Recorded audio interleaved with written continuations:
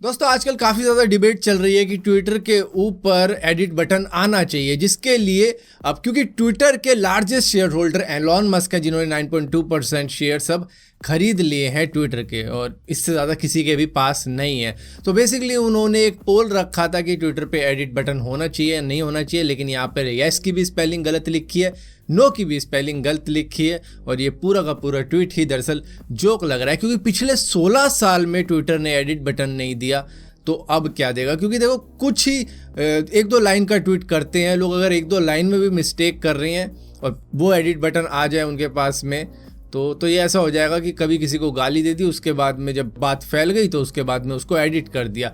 सो इससे बढ़िया तो यही है कि इसमें हाँ एक एडिट बटन अगर आना चाहिए तो सिर्फ स्पेलिंग करेक्शन का आना चाहिए, बाकी की ज़रूरत भी नहीं है, क्योंकि लोग वरना कहेंगे मैंने ऐसा कहा ही नहीं था, देख ले।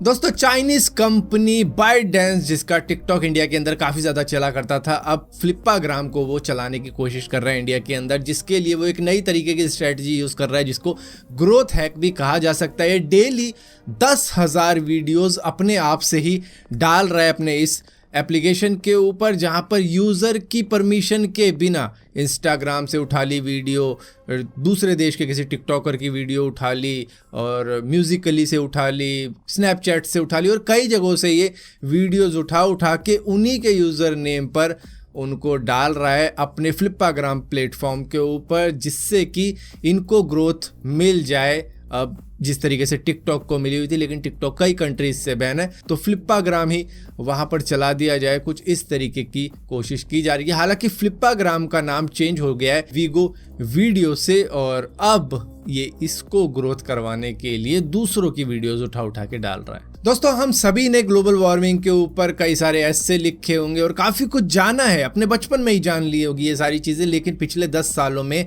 हमने उस पर कोई भी अमल नहीं किया है। हमने इस पृथ्वी का टेम्परेचर दरअसल बढ़ाने में मदद ही करी है। करीबन 1950 से लेकर अगर 2020 को देखा जाए तो वहाँ पर हमने 1.18 सेल्सियस तक का टेम्परेचर बढ़ा दिया, और इसी तरीके से अगर चलता रहा तो 2034 तक हम 1.5 सेल्सियस तक पहुँच जाएंगे, और यही टारगेट है कि यहाँ के बाद में हमें और आगे नहीं बढ़ना है, इसी पर रोक लगानी है और इस टेम्परेचर से ऊपर नहीं जाना है। यूएन ने एक बात क्लियरली सभी को कह दी है, सभी देशों को कह दी है कि भैया अगर ग्लोबल वार्मिंग पे अभी पार नहीं पाई गई आने वाले 3 सालों में ही, मतलब शुरुआत नहीं करी आपने अभी, जो भी आपकी जो ऐसी फैक्ट्रियाँ हैं जो कि कार्बन इमिशन करती हैं, उस तरीके की चीज़ों पे रोक नहीं लगाई गई, तो आने वाला वक्त काफ़ी ज़्यादा बुरा होने वाला है। वो देखने को मिलेगा जो आपने कभी सोचा नहीं था। ऐसा क्लाइमेट चेंज आएगा जिससे कि भयंकर तबाही देखने को हमें अपने ही जीवन काल में देखने को मिल सकती है। तो यहाँ पर सभी कंट्रीज को कहा गया है कि 3 साल है संभलने के लिए, संभल जाओ, वरना आगे काफ़ी सारी चीज़ें बुरी देखी जा सकती है। क्योंकि जिस तरीके का ये ग्राफ है ये काफ़ी तेज़ी से ऊपर जा रहा है, जिस तरीके से कोविड-19 का ग्राफ ऊपर जा रहा था एक वक्त में, लेकिन वो पीक आई और उसके बाद में सब कुछ नीचे चला गया। ऐसा ना हो कि पृथ्वी ही अपना ये पीक डाउन करने के लिए कुछ ऐसा करे कि जिसके बाद में आपके पास में वो सुविधा ना हो जिस तरीके की अभी है, जिससे कि हम और भी ज़्यादा तबाही मचाए जा रहे हैं। तो सभी कंट्रीज़ को कहा है कि रैपिड इमिशन कट करो और कार्बन डाइऑक्साइड की ऐसी फैक्ट्रियां लगाओ जो कि स्काई से कार्बन डाइऑक्साइड को रिमूव कर सके, वो नहीं कि जो बढ़ाएं। तो इस तरीके के काम करो, ना कि कार्बन डाइऑक्साइड बढ़ाने वाले काम करो। दोस्तों टेक्सास के एक साइंटिस्ट ने एक ऐसी रिसर्च करी है जिससे कि अब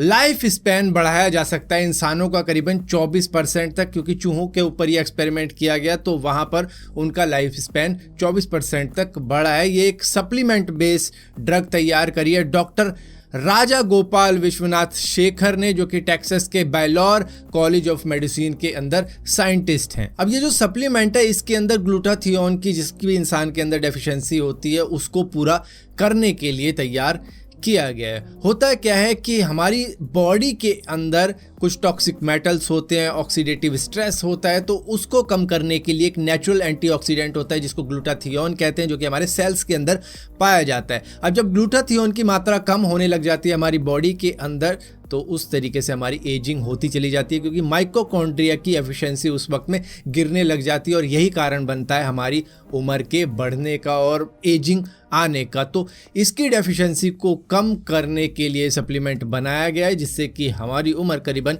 24% तक बढ़ सकती है और एजिंग को कह लो कि 24% स्लो हो सकती है, मतलब ज़्यादा टाइम के लिए हम जवान दिख सकते हैं। दोस्तों, आजकल हर चाइनीज़ मैन्युफैक्चरर ने एक कसम खा रखी है कि हमको एक फ्लैगशिप एंड्रॉयड फ़ोन बनाना है।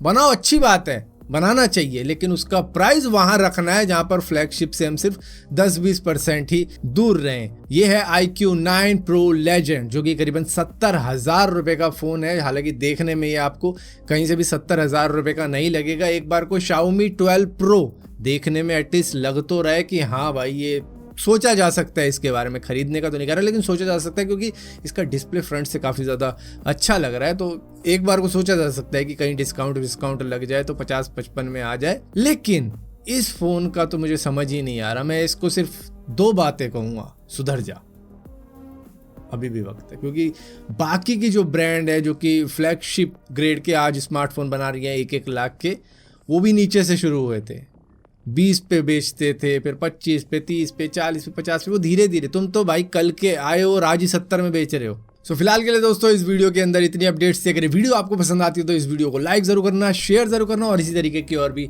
वीडियो देखने के लिए इस चैनल को सब्सक्राइब जरूर करना। और आपको मालूम नहीं चलेगा मैंने को वीडियो डाली भी है।